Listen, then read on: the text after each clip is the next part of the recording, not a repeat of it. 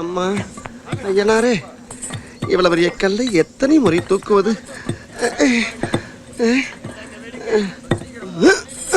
ஐயோ, மறுபடியும் அங்கேயே போகிறது. ஐயோ, நம்மையே குரு பார்க்கின்றானே. என்னடா அவ்வியார் மாதிரி போற, அவ்வியார் மாதிரி வர, கல்ல தூக்கி போட்டு விளையாடுற, என்னாச்சு?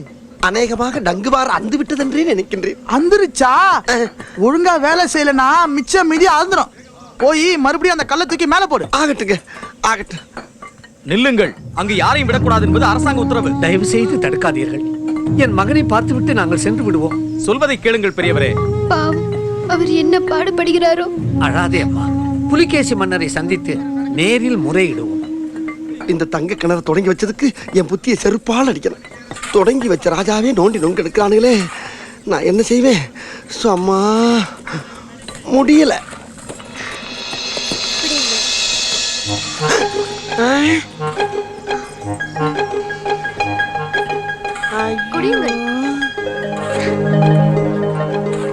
ஆளை காணாமே போய்விட்டாலோ. வருகிறார். மயங்கி கிடப்பது போல் நடித்தது போதும், எழுந்தறியுங்கள். பரவாயில்லையே. ஆமாம், எப்படி கண்டுபிடித்தாய்? இணைய போகும் இதயத்திற்கு தெரியாதா? இணைய போகும் இதயம். அடாடாடாடா, நீ சொல்லுகிற வார்த்தையை கேட்டவுடன் என் பாதத்தில் இருந்து புல்லரிப்பு ஏற்பட்டு அப்படியே மேலே ஏறி கபாலத்தில் இருக்கும் முடி அனைத்தும் கம்பி போல் எழுந்திருக்கிறது. உன் பெயர் என்ன? போங்கள். போங்கல், போங்கல். அடாடாடாடாடாடா, என்ன ஒரு ரம்மியமான பெயர்.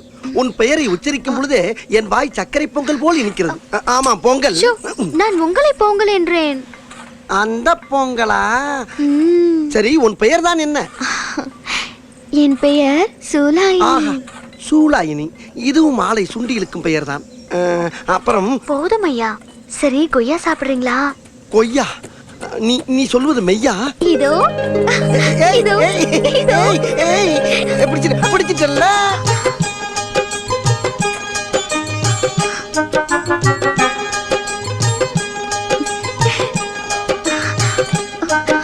ஏய், குடு. சூலாயினி, இடம் மாறியது கொய்யாக்கனி மட்டுமல்ல, நம் இதயக்கனிகளும் தான். இப்பொழுது கடித்து விடுகிறேன்.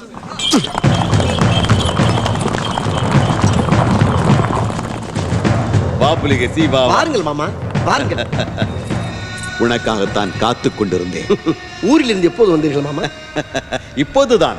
எப்படி இருக்கிறாய் மருமகனே? தங்கள் ஆசி இருக்கும்போது குறை என்ன மாமா? பயணம் எப்படி இருந்தது?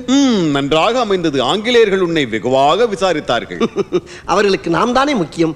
நம்மை விசாரிக்காமல் வேறு யாரை விசாரிக்க போகிறார்கள்? நன்றாக சொன்னாய். கேள்விப்பட்டேன், நான் இல்லாத போது பிரமாதமாக ஆட்சி செய்தாயாமே. எல்லாம் தாங்கள் கொடுத்த அறிவு அமுதம் ராஜகுரு.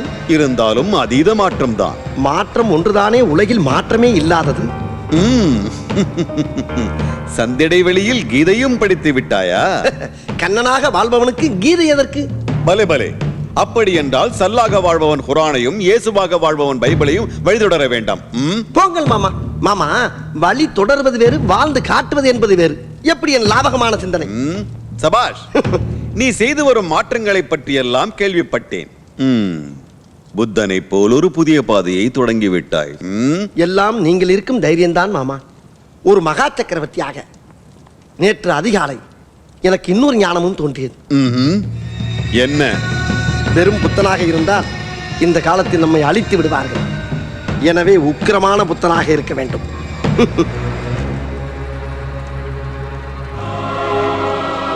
என்ன மாமா பார்க்கிறீர்கள்? என்னை ஆசீர்வதியுங்கள். சென்று வா புலிகேசி, நானும் அரசவைக்கு வந்து விடுகிறேன். நல்லது.